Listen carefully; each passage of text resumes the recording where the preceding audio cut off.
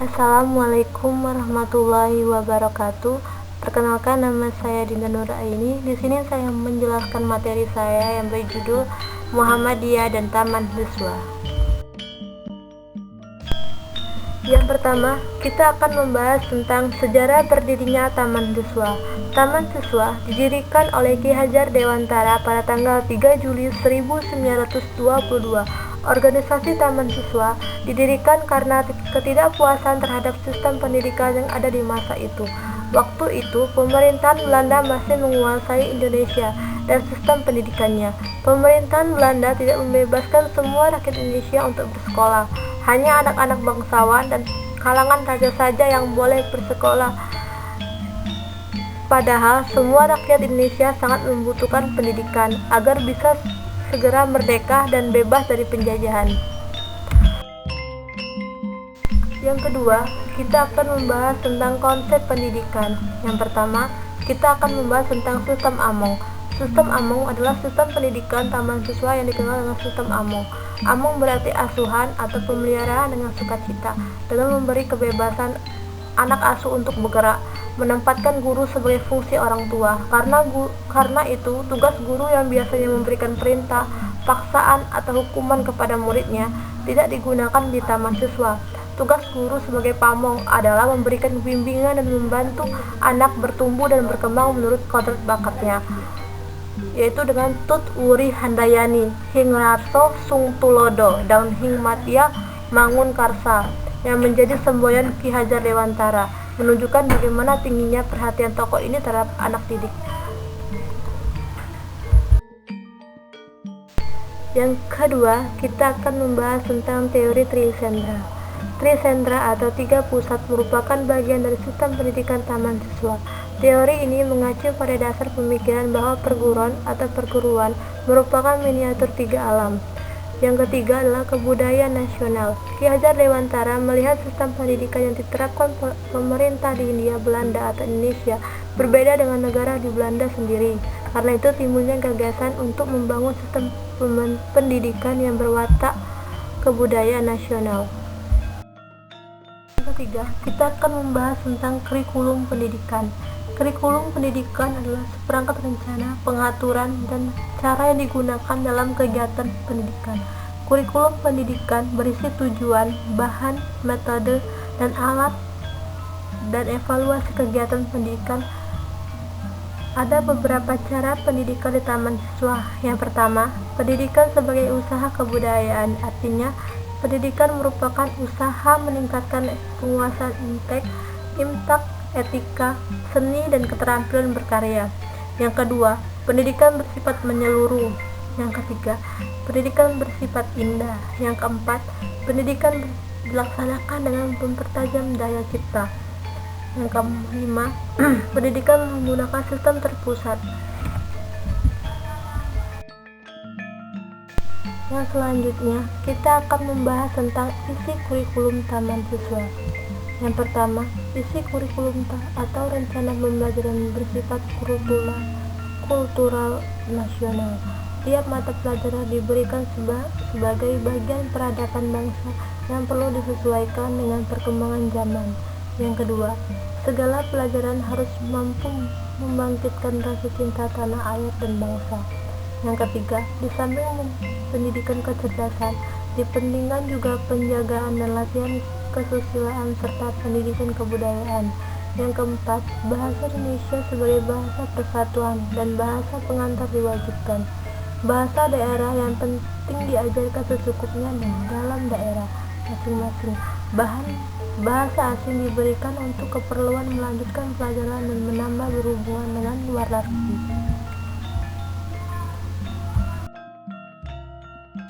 Selanjutnya, kita akan membahas tentang sejarah berdirinya Muhammadiyah. Muhammadiyah didirikan di Kampung Kauman, Yogyakarta pada 8 Zulhijjah 1330 Hijriah atau 18 November 1912 oleh Muhammad Darwis yang kemudian dikenal dengan Kiai Haji Ahmad Dahlan. Dilansir dari situs resmi Muhammadiyah, setelah Kiai Ahmad Dahlan menunaikan ibadah haji ke Tanah Suci, beliau mulai menyampaikan benih pembaruan di tanah air. Gagasan pembaruan diperoleh Kiai Haji Ahmad Dahlan setelah berguru kepada ulama-ulama Indonesia yang bermukim di Mekah. Melihat keadaan umat Islam pada waktu itu dalam keadaan penuh dengan amalan-amalan yang bersifat mistik, Kiai Haji Ahmad Dahlan tergerak hatinya untuk mengajak mereka kembali kepada ajaran Islam yang sebenarnya berdasarkan Al-Quran dan hadis. Oleh karena itu, beliau memberikan pengertian keagamaan di rumahnya di tengah kesibukannya sebagai khatib dan para pedagang. Yang selanjutnya, kita akan membahas tentang faktor yang melatar belakangi berdirinya Muhammadiyah. Ada dua faktor, yaitu faktor internal dan eksternal.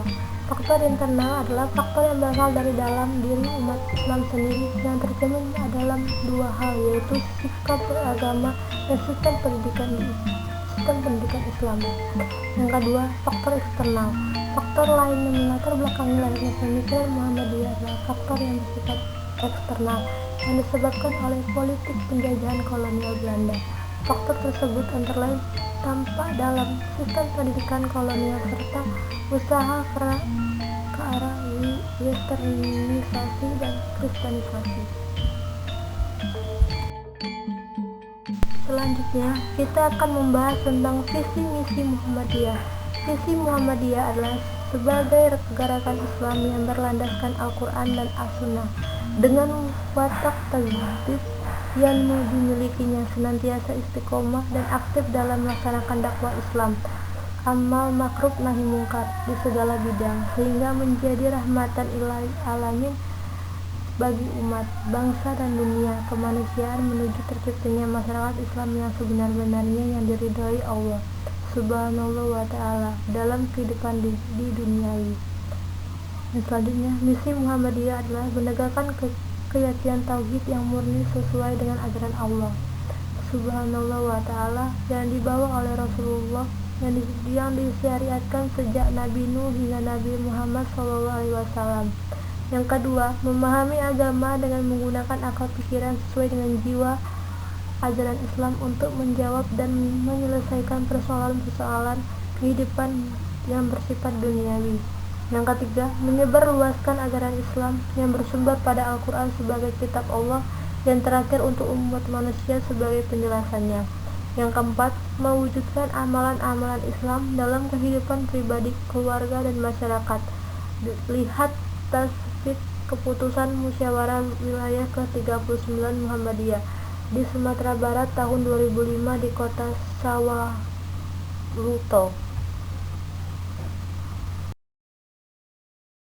Selanjutnya, kita akan membahas tentang tujuan Muhammadiyah. Yang pertama, menyebarkan pengajaran Kanjeng Nabi Muhammad SAW kepada penduduk Bumi Putra di dalam residensi Yogyakarta.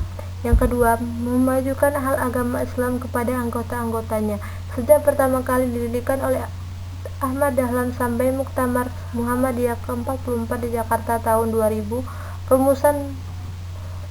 rumusan maksud dan tujuan Muhammadiyah telah mengalami 7 kali perubahan redaksional.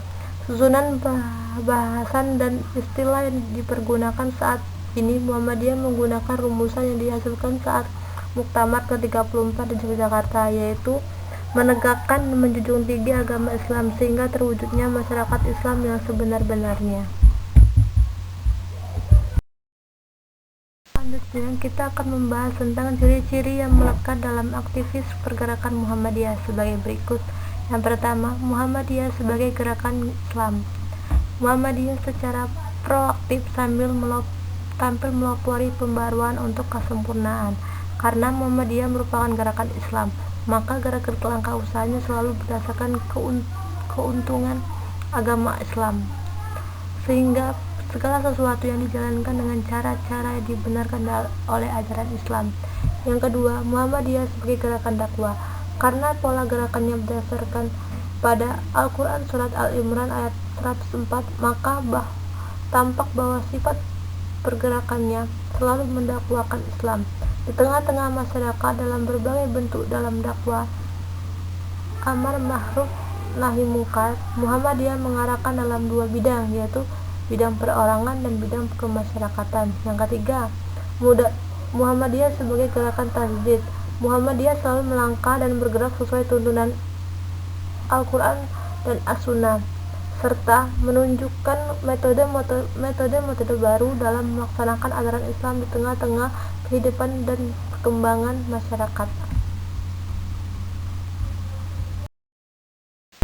Itulah presentasi dari saya. Kurang dan lebih saya mohon maaf. Saya akhiri, wabillahi taufiq wal hidayah. Wassalamualaikum warahmatullahi wabarakatuh. Terima kasih.